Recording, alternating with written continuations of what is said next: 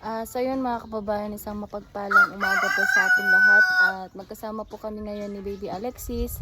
Bali dalawa lang po kami dahil ipapacheck up ko po ulit itong bata kasi may sakit siya. No, parang walang sakit na.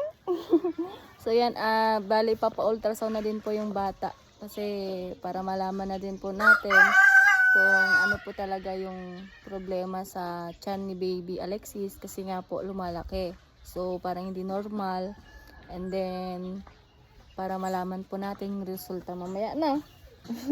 Ayan, so magkasama kami ulit ngayon ni Baby Alexis. So dalawa lang kami. So iniwan na muna namin yung mama niya, naiwan na muna para hindi kami mahirapan sa biyahe. Kasi si Baby Alexis lang naman yung priority natin ngayon na kailangan mapagamot.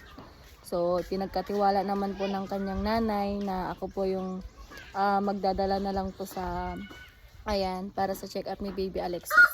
So update ko po kayo mamaya mga kababayan, no, kung ano po yung magiging resulta sa ultrasound sa tiyan ni Baby Alexis. So hanggang dito na lang po mga kababayan. Bye bye po and God bless. Bye bye na Baby Alexis.